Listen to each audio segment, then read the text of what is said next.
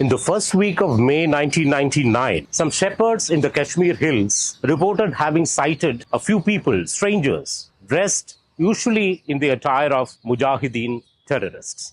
They reported it to the army, and army sent a team headed by a captain called Saurabh Kalia. The team never returned. Later, we came to know that the captain and his team were captured and killed by Pakistani soldiers. Finally, we knew that they were not terrorists, but Pakistani soldiers having got into the Indian territory, trying to hold on to the Kargil hills. Soon, by May 6th, India was at war with Pakistan again. The war went on for more than 2 months, and finally, it was July 26th when India declared that the war is over and India has won a decisive victory over Pakistan. 25 years later, the Times of India's reporter A. Raghuraman caught up with one of the people, one of the soldiers who fought the war from the front line.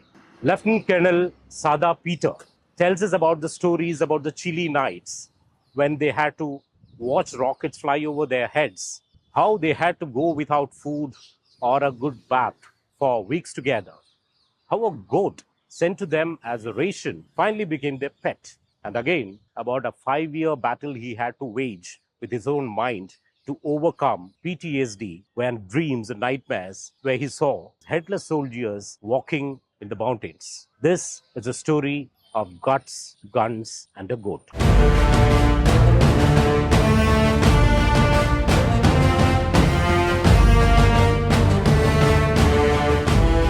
Greetings, viewers. My name is Colonel Sada Peter. I've had the unique privilege and honor to serve the motherland 22 years as an army officer. Immediately after college, I cleared CDS and I joined the army in 1988 and I left in 2010. And in these 22 tumultuous years, I was in the artillery. I was also a reconnaissance observation pilot with the Army Aviation. I've also done staff appointments. And finally, as Army Quarters Joint Director when I left in 2010. So I just, like I told you, I joined the artillery initially. And then after 4 years, I went for flying, spent a few years there. And I came back in the 10th year of my service back to my regiment, which is an artillery regiment, a rocket regiment. Yes. You know, I'm wearing that proudly today. You can see the equipment. And I came back to Delhi after a lot of field tenures. And I was hoping to get my wife and young children and settle down in May 1999 when the debacle started.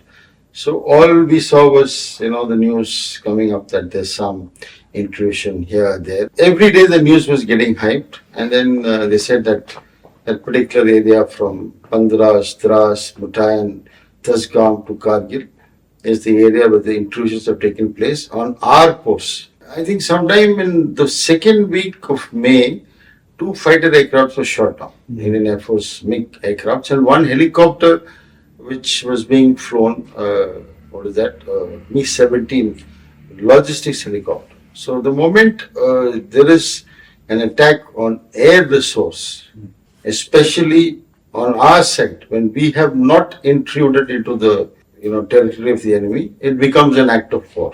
So that is the time I was in Delhi, I was watching the news, I realized that this is getting serious. But never in my wild dream also did I think that I would become, within 10 days, an integral part of that battle. And I did get a call in the night by my commanding officer. It was about 2 in the morning when I went and met him. And the moment I went inside, I knew that because he was looking at the maps and everybody was seated. So he told me, Sada Peter, we have an order to move 1 detachment from Delhi, that is 1 battery, 6 launchers from Delhi to Dras to support the operations. So I said, sir, it's nice. Even then it didn't ring a bell that I was the one who was nominated because I just come back from hard field. And he said, Peter, you were commissioned in this regiment, so you're the youngest, you're the most fit, and you've been a pilot also because your skills of observation will be good. So you must take up this assignment. So I drew a blank. It was not out of fear. It was, it is suddenly such a great thing is thrust upon you. Responsible for 130 men and 6 launchers. It's a responsible position. So the plan was simple. We just had about 24 to 36 hours to move. We call it W plus 36, warning plus 36. So what they did was from the regiment of 18 launchers, they gave two each from each of the subunits. So we made an integrated battery. We call it as 2122 rocket battery, which is cubic battery. And by 26th, 24 vehicles, 130 men, a technical detachment, and also ammunition, because ammunition was in the depots in Delhi. 4,000 rounds of rockets, about 50, 60 trucks, so 100 odd vehicles.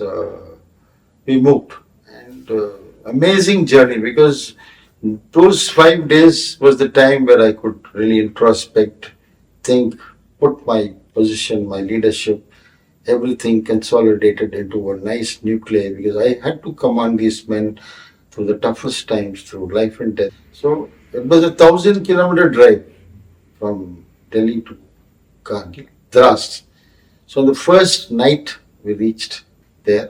We had some breakdowns, but finally we reached there. So as we climbed up from, after crossing Srinagar, you come to a place known as Zozila Pass, that was the only road at that point in time. So as we were climbing up Zozila Pass, immediately after the pass, we come up to 12,000, 11,000. And then you have Pandras, Matayan, and then Dras. So Dras was just about 30 kilometers away, and we could already hear the shelling, and you could see the streaks of bombs. So it was in 6 days we were in the battle zone. So that night we rested. Yeah, we had a senior officer from the regiment, a colonel, a lieutenant colonel. I was a major then, the second in command, who flew down to Srinagar to come and sort of help us settle down. He was just there for some time, so he was also there. So we went the next morning, the second morning, to the forward direction center at Dras, where the fire control of artillery was being done, to meet the commander, who was a tiger by himself. He was Brigadier Lakhvinder Singh. We went on the 2nd of June to meet the local artillery commander, and we went to the fire direction center. It was all dug in, a lot of telephones and radio sets and maps. So I just went and said, "Sir, Major Peter reporting with 6 rocket launches." And just a small cup of tea, a small introduction, and straight away the target list was given. So this is an area weapon and never been tested in high altitude. So it has got a lot of dispersion, unlike a normal artillery gun, which is quite concentrated. This is an area weapon. So they also were a little wary, because you have proximity of own troops. So you cannot fire in places where it would endanger the own troops. So they gave me targets in the rear. So the first day was some ammunition, not an ammunition dump, a vehicle waiting area. It's about 18-20 kilometers from there. That was amazing, because the route was into a very dreaded Nala, and we had no GPSs then. It was all map reading and understanding of the ground. We had very basic GPS, but then in war one does not depend on the GPS, because it was not our own country. Anything can go. So we depended only on our map reading and our understanding of the terrain. We had a local guide, and it was amazing, because that particular, I'm trying to bring the sentiment of India here. I was a South Indian Christian officer. I took the lead. My number 1 was a Sikh Havaldar. My number 3 was from Himachal, a Rajput. The driver was from Andhra. There were 2 gunners. One fellow was a Bengali, one fellow was from Jharkhand. The technical staff in a command post vehicle. There's one guy from Maharashtra. Then the local guide, because we're not very sure of the terrain, was not a Fauji, not an army guy, but friends of us. He was a local Muslim of that place. So that was the team. What I'm trying to say is, when it comes to a call for the country, then all these divisions of our color, race, religion, it doesn't stand. We stand as quantity. We think we fired 76 rounds. Then we have the post-target assessment, which comes from the observation officers who are sitting on high posts. So I think there was a lot of havoc created in the rear lines of the enemy. So that was the first blooding in battle of my regiment, which was just 16 years old.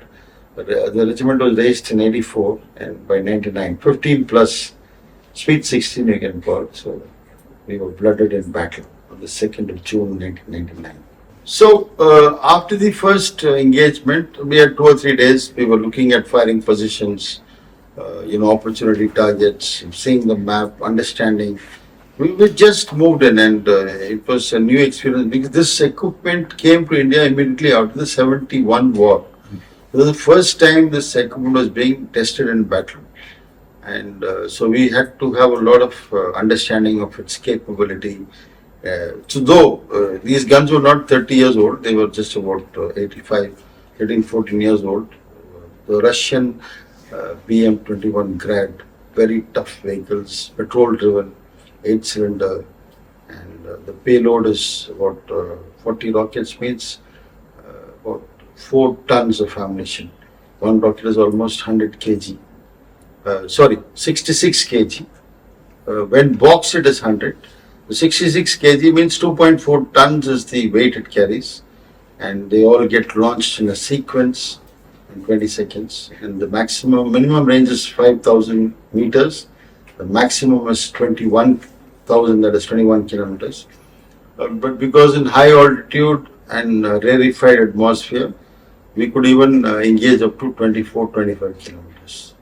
So while all this was happening, like I told you that since there was a colonel from my regiment for a short time, they held him back. He'd just come for 3-4 days. And they wanted very experienced observers. We call it anchor observation posts. Because tunneling was the feature which we had to take in the first war. That was right looking at the national highway. And the Pakistanis or the terrorists, actually most of them were Pakistani regulars from Northern Light Infantry. They had occupied our posts and they had put their artillery officers there. Their guns were behind. So the aim was to target any convoy which was carrying logistic loads to Leh Ladakh, because for 4-5 months the road closes because of the extreme weather conditions, the snow, minus 35 degrees, 10 feet of snow. So the road is only open for 6-7 months, those days. Now we have 2 axes. But in those 4-5 months, they have to entirely winter stock Leh Ladakh. So a lot of civil trucks will go for the population out there. So the aim of Pakistan was to cut that so that we would struggle and we will not be able to feed in that much. We will come under pressure, we will come under discussion, and they could then talk about the Kashmir issue. So this is how the whole ball game started when they came and occupied our post, which was against the understanding of the Shimla Accord, which India had signed with Pakistan immediately after the 71 war. So he was sitting on tunneling, so we had to take tunneling. That was the first feature to break, and the entire country was looking at us because that was a formidable feature. It was just about 3-4 kilometers from the road.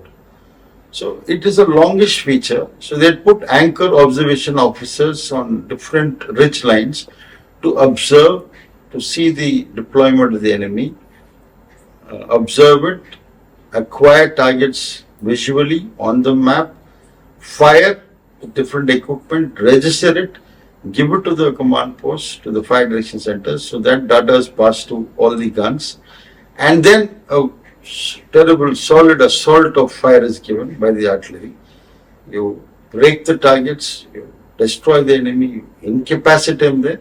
Then you send up your infantry people who will finally do the close combat battle. But before they go, because in the mountains what happens is it's very difficult. It's sitting well fortified, comfortable. You're on high altitude, you're trying to climb. The ratio of an attack in plains is 1:3. That means to say if a post is held by 100 people in deserts or in plains, you need 300 men to take that post. But in the mountains, it's 9 or 10. That means if there are 100 fellows sitting on a ridge, you need to send 1,000 people. And 1,000 people cannot walk, on a straight line because the lay of the mountain is such that you have to take tracks. It's a very difficult and tall order and acclimatization, carrying loads, weather. And he's sitting with bunkers and machine guns. And he's also registered some defensive firing positions where he can bring his artillery fire on your people. So the intention was to deploy officers like me on different places, get his targets, register them, and pound him before the attack. So I was detached from the command of my battery temporarily for about 12 days and given my team, that is 2 operators, 1 technical assistant, and 1 more help, 5 guys.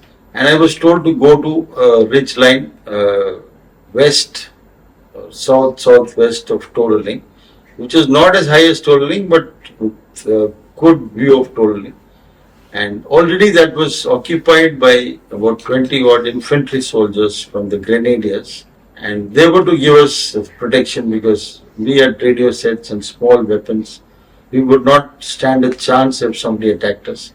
We were going more for a technical job of acquiring targets, firing on them and giving the data to the command post. So I spent 12 days in a post known as Party with the infantry, and that remains one of the best or one of the most memorable experiences of my life. When I went up to Bati, initially the welcome was a little cold because they were already there lying secretly guarding that place, because that place was to be a firm base for another battalion to attack a subsequent objective after Todaling. But I was sent there so that I could have a good view of Todaling, which was the first feature. So, artillery, we had our antennas up, we were talking all day. So, for them it was like an intrusion. But slowly, the bonding developed, and then I brought fire. When I brought fire, and I brought airburst and smoke and illumination, and when I brought 40 rounds and 50 bombs on one target, when they saw the effect, they understood that these 4 chaps sitting here with 2 radio sets can bring so much of devastation on the enemy. So we developed a beautiful bond. And then we became like one team because we were under attack and there were people trying to come. Our snipers killed them. Bombs were thrown on us. Some days we went, there were 2 days we didn't have food. We had less water, no bath. But we did our jobs, and I finished. After Todaling, I came down, and that post lost its military relevance because another battalion came and went for an attack, because once Todaling was taken, that post had no meaning after that. I was with my battery, and that gave me a good sense of security because I was with my men, 130 people. Now, when they told me to go to that Bati post as an anchor OP, I was just going with 4 people. And the whole area was infested. We did not know where you would be attacked or ambushed. So we had just 10 machine carbines, 1 or 2 rifles.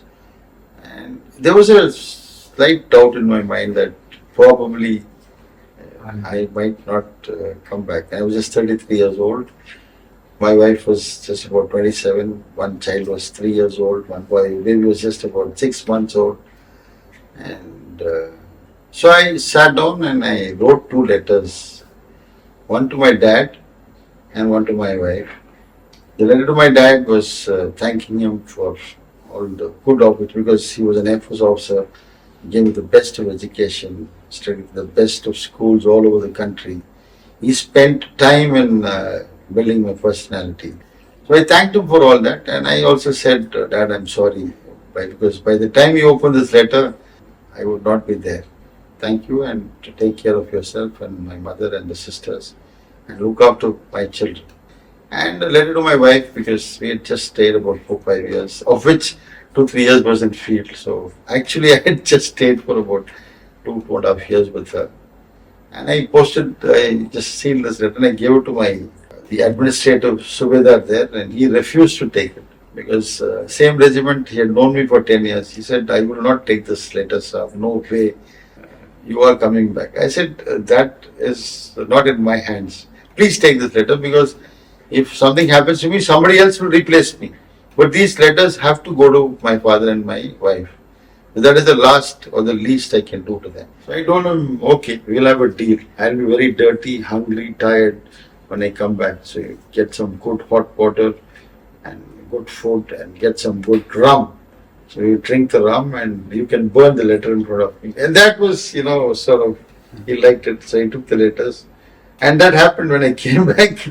We had rum and we had food and he burnt the letters in front of me.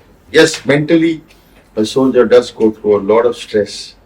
Because what we do there is, it is a rough thing. Yes. Firing rockets onto people, and you see, I told you, one launcher can fire 2.4 tons of ammunition. Just imagine what will happen.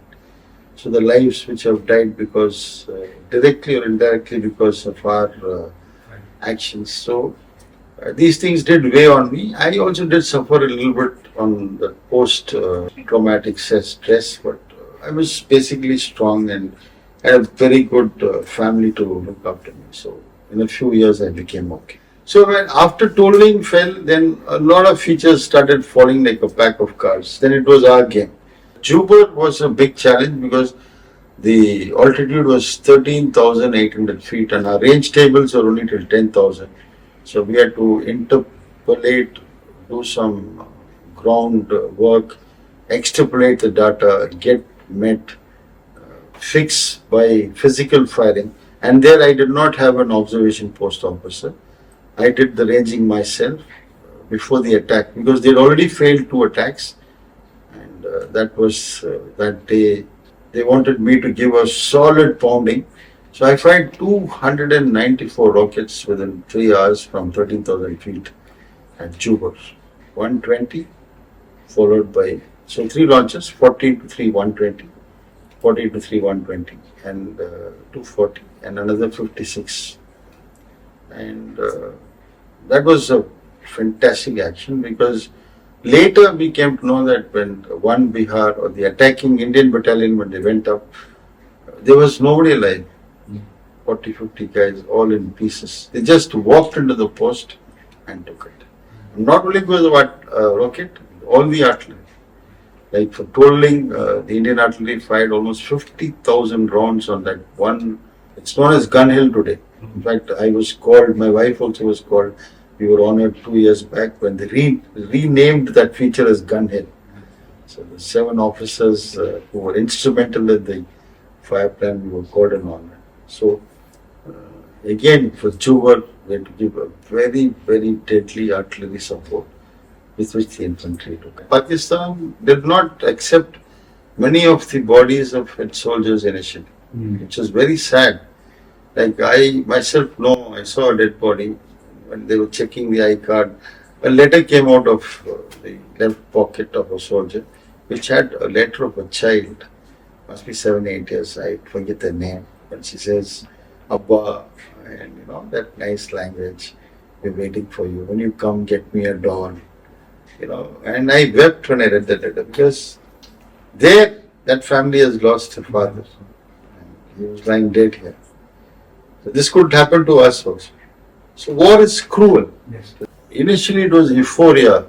I was young, 33 years old, firing, killing. And I've seen those snipers killing people in front of me. I told you, at the Dragunov MK2 at 800 meters, shooting 2 fellows. And it was very exciting. So that was all fine, but once I came back, a sense of something was not happy. I was not happy with what I did. Then I used to have very bizarre nightmares. I was getting angry, was feeling low self-esteem. These are signs of the PTSD. You see a lot of American soldiers who go back after their, 10 years in Iraq or wherever. They don't have a solid, system like we have, strong families. A lot of guys, they become alcoholics, they die, they drink, they kill themselves. So I didn't go to that level, but it took me a lot of time because I used to have very bizarre dreams. But then with a lot of counseling and good support, even now sometimes I have some very disturbing dreams at times, very disconnected dreams, like, a faceless guy coming and standing in front of you. But now I've contained that and come out of it. But there's a lot of humor also, when you live together. So food was okay. We were having we had ration, dry ration, fresh ration. Sometimes, a good non-vegetarian food is also welcome. So generally we would get chickens and all that. Mutton is very difficult because, the distances and movement. So we have this concept of MOH. We call it meat on hooves. That means an animal is given to you. So we got a nice goat. So, but the goat was looking so, sad, and she also was a female goat. And she was not a mountain goat, she was a goat from the Rajasthan plains. So our guys were already eyeing it. After 2 days, there was some leeway. They said, so we will cut it. I said, up to you. So what happened was, interestingly, the chap who was to cut it was sitting in a truck, and he was to go and, get the goat prepared, and one stray bomb came and fell in that area, and that guy got a little wounded. We patched him up. Since I had been on pilot, I saw a helicopter. I got to the fire direction center, redirected the helicopter. It came and picked him up just 2 kilometers from the road, and he was saved, and he lived, and he retired and went. But after that incident, the fellows got a little sentimental about the goat. They said, there is something, sir. So they said, she looks nice also, let her be with us. So then she was with us, and then she was given a lot of, good prasad and kesari and good food. And she was nice and plumpy. And she remained with us in Kargil. When we came out from Kargil, she was with us in Ganganagar. From there, she went to Jalandhar. And finally, out of old age, she died in 2009. I think when she came, she would have been about 4 or 5 years. Challenges were plenty. We went without acclimatization. We had to climb. The maps are old.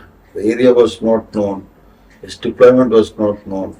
Equipment problems, serviceability problems, replenishment, number of deaths, no place to deploy guns. No proper access. Problems are many. And also for the battalions to fight at such extreme altitudes itself was a challenge. So the lessons learned, the strategic lessons, what the country, the army had to do of increasing depth, increasing density, realigning, all that has been done. Individual, each department will have its own learnings. So that is like tighter control, better training, more focus towards realistic training. A book is just a template, but when you train, you should not train as per book. You should take that drill from the book and apply it on real life situations. Give situations to your people, and then have your experience. That's what I do. People love their cars, their houses, their flashy jewelry. Ladies like men like watches. My treasure is this small little cabinet. So this is the sum total of my achievements. Whatever I have is incidental. These 10 medals are the medals which I have I've earned with pride. And the wing on top is my pilot badge. The red one is the rocket badge. That's my nameplate. And the rank, what I wore, one is the artillery sign. These are all, behind you can see a launcher. Various mementos given, and my alma mater. I've studied in 10 schools, and I've been trained in 11 institutions. So 21 institutions in the country have trained me. So this is all here, and this is my dad, his medals, and some mementos of his life. That's it.